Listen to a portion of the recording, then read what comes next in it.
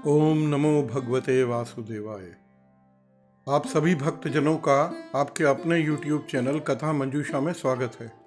अभी तक आपने अधिक मास महात्म्य के अध्याय 12 तक की कथा सुनी। अब आगे का वृतांत सुनिए। अधिक मास महात्म्य अध्याय 13। ऋषि लोग बोले, हे सूत, हे महाभाग, हे बोलने वालों में श्रेष्ठ, पुरुषोत्तम के सेवन से राजा दृढ़धनवा शोभन राज्य, पुत्र आदि तथा पतिव्रता स्त्री को किस तरह प्राप्त किया और योगियों को भी दुर्लभ भगवान के लोक को किस तरह प्राप्त हुआ। हे तात, आपके मुख कमल से बार बार कथा सार सुनने वाले हम लोगों को अमृत पान करने वालों के समान कथामृत पान से तृप्ति नहीं होती है। इस कारण से इस पुरातन इतिहास को विस्तार पूर्वक कहिए। हमारे भाग्य के बल से ही ब्रह्मा ने आपको दिखलाया है। सूत जी बोले, हे विप्र लोग, सनातन मुनि नारायण ने इस पुरातन इतिहास को नारद जी के प्रति कहा है। वही इतिहास इस समय मैं आप लोगों से कहता हूँ। मैंने जैसा गुरु के मुख से राजा दृढ़धनवा का पाप नाशक चरित्र पढ़ा है, उसको सभी मुनि श्रवण करें। श्री नारायण बोले, हे ब्राह्मण, नारद सुनिए।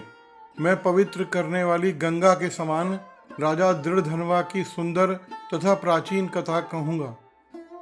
है देश का रक्षक, श्रीमान, बुद्धिमान तथा सत्य पराक्रमी चित्रधर्मा नाम का एक राजा हुआ। उसको दृढ़धनवा नाम से प्रसिद्ध, अति तेजस्वी, सब गुणों से युक्त, सत्य बोलने वाला, धर्मात्मा और पवित्र आचरण वाला पुत्र हुआ। कान तक लंबे नेत्र वाला, चौड़ी छाती वाला, बड़ी भुजा वाला, महातेजस्वी वह राजा दृढ़धनवा प्रशस्त गुणों और समूहों के साथ बढ़ता गया। वह चतुर राजा दृढ़धनवा प्रसन्नता के साथ गुरु के मुख से एक बार कहे मात्र से पूर्व में पढ़े हुए के समान व्याकरण आदि 6 अंगों के साथ 4 वेदों का अध्ययन कर गुरु को दक्षिणा देकर और विधि पूर्वक उनकी पूजा कर बुद्धिमान राजा गुरु की आज्ञा से पिता चित्रधर्मा के पुर को गया। अपने नगर में निवास करने वाले प्रजावर्ग के नेत्रों को आनंदित करता हुआ जिस पुत्र को देखकर राजा चित्रधर्मा भी अत्यंत हर्ष को प्राप्त हुआ। पुत्र जवान हो, संपूर्ण धर्म को जानने वाला हो और प्रजा पालन में समर्थ हो। इससे बढ़कर सार शून्य इस संसार में और क्या है, अर्थात कुछ नहीं है। अब मैं 2 भुजा वाले, मुरली को धारण करने वाले, प्रसन्न मुख वाले, शांत तथा भक्तों को अभय दान देने वाले श्री कृष्ण की आराधना करता हूँ। जिस तरह ध्रुव, अम्बरीश, शरधाती, ययाति, प्रमुख राजा और शिवी, रंतिदेव, शशबिंदु, भगीरथ, भीष्म, विदुर, दुष्यंत और भरत, पृथु, उत्तानपाद, प्रहलाद, विभीषण, ये सब राजा और अन्य राजा लोग भी अनेक लोकों को त्याग कर इस अनित्य शरीर से पुरुषोत्तम भगवान का आराधना कर नृत्य विष्णु पद को चले गए। उसी तरह स्त्री, मकान, पुत्र आदि में स्नेह बंधन को तोड़कर वन में जाकर हरि का सेवन करना हमारा भी परम कर्तव्य है। ऐसा मन में निश्चय कर समर्थ राजा दृढ़धनवा को राज्य का भार देकर स्वयं विरक्त हो शीघ्र पुलह ऋषि के आश्रम में चले गए। वहां जाकर संपूर्ण कामनाओं से निष्प्रह हो और भोजन को त्याग कर हर समय मन से श्री कृष्ण का स्मरण करता हुआ तप करने लगा। कुछ समय तक तप करके वह राजा चित्रधर्मा हरि भगवान के परम धाम को चला गया। राजा दृढ़धनवा ने भी अपने पिता की वैष्णवी गति को सुना। उस समय पिता के परम धाम गमन से हर्ष और वियोग से शोक युक्त राजा दृढ़धनवा पितृभक्ति से विद्वानों के वचन में स्थित होकर पारलौकिक क्रिया को करता गया। नीति शास्त्र में विशारद राजा दृढ़धनवा अत्यंत शोभित, पवित्र, पुष्करावर्तक नगर में राज्य करने लगा। अच्छे स्वभाव वाली विदर्भ राज की कन्या, उसकी स्त्री गुणसुंदरी नाम की थी। पृथ्वी पर रूप में उसके समान दूसरी स्त्री नहीं थी। उस गुणसुंदरी ने सुंदर, चतुर, शुभ आचरण वाले 4 पुत्रों को जन्म दिया और संपूर्ण लक्षणों से युक्त चारुमती नामक कन्या को उत्पन्न किया। चित्रवाक, चित्रवाह, मणिमान और चित्रकुंडल नाम के वे बड़े मानी शूर अपने अपने नाम से पृथक विख्यात होते गए।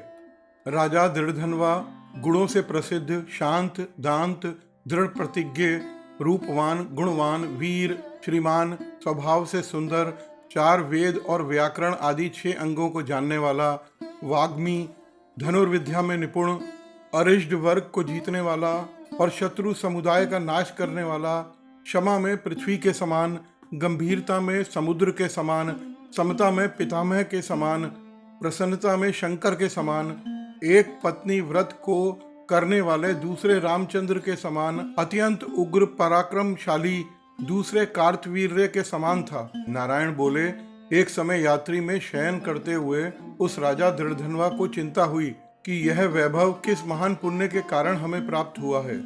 न मैंने तप किया है, ना तो दान किया है, ना तो कहीं पर कुछ हवन ही किया। मैं इस भाग्योदय का कारण किससे पूछूं? इस प्रकार की चिंता करते हुए राजा दृढ़धनवा की रात्रि बीत गई। प्रातः ब्रह्म मुहूर्त में उठकर विधि पूर्वक स्नान कर, उदय को प्राप्त सूर्य नारायण का उपस्थान कर, भगवान की कला की पूजा कर, अर्थात देव मंदिरों में जाकर देवताओं का पूजन कर, ब्राह्मणों को दान देकर तथा नमस्कार करके घोड़े पर सवार हो गया। उसके बाद शिकार खेलने की इच्छा से शीघ्र वन को गया। वहां पर बहुत से मृग, वराह, सिंह और गव्यों का शिकार किया। उसी समय राजा दृढ़धनवा के बाण से घायल होकर कोई मृग बाण सहित शीघ्र एक वन से दूसरे वन को चला गया। रुधिर गिरे हुए मार्ग से राजा भी मृग के पीछे गया, परंतु मृग कहीं झाड़ी में छिप गया और राजा उस वन में उसे खोजता ही रहा। पिपासा से व्याकुल उस राजा ने समुद्र के समान एक तालाब को देखा। वहां जल्दी से जाकर और पानी पीकर तीर पर चला गया। वहां घनी छाया वाले एक विशाल वट वृक्ष को देखा। उस वृक्ष की जटा में घोड़े को बांधकर राजा वहीं बैठ गया। उसी समय वहां पर कोई एक परम सुंदर सुग्गा राजा को मोहित करने वाली तुलना सहित मनुष्य की वाणी को बोलता हुआ आया। केवल राजा को बैठे देख उसको संबोधित करता हुआ एक ही श्लोक को बार बार पढ़ने लगा कि इस पृथ्वी में विद्यमान अतुल सुख को देखकर तू तत्व का चिंतन नहीं करता है तो इस संसार के पार को कैसे जाएगा। बार बार इस श्लोक को राजा दृढ़धनवा के सामने पढ़ने लगा। राजा उसके वचन को सुनकर प्रसन्न हुआ और उस पर मोहित हो गया कि इस पक्षी ने दुख से जानने योग्य सार भरे नारियल फल के समान अगम्य एक ही श्लोक को बार बार पढ़ते हुए क्या कहा।